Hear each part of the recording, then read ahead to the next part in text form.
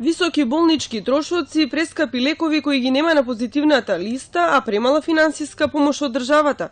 Тешка и долга е битката на Благица Димитровска да му обезбеди поквалитетен живот на својот епилептичен син кој има повеќе пречки во развојот. Секој ден го живее во страф и неизвестност. Се прашува што ќе се случува со незиниот син кога повеќе нема да може да се грижи за него. На 26 годишна возраст плаќаме партиципација која е повисока од негата која му следува. Бидејќи после 26 годишна возраст тој нема никаков приход по основ на неговата попреченост и работната неспособност.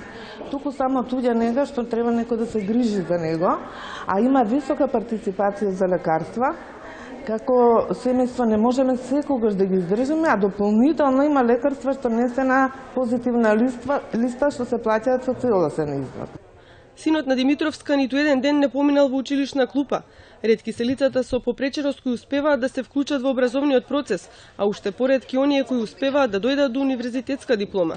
Меѓу нив е Бојан Наумовски, кој боледува од церебрална парализа. Студира социјална работа на Филозофскиот факултет. Не сака многу да критикува, важно му е само дека некако успева да ги следи предавањата. За Бојан високите тротоари се банална, но главна пречка на патот до факултетот. Пристапи за колички да има на секој тротоар, како што гледаме на реклами на УНИЦЕФ и такви.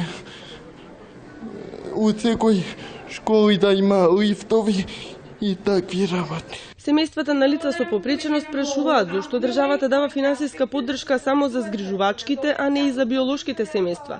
Нелогично е велат и тоа што придружник во болниците им следува само до 3 годишна возраст.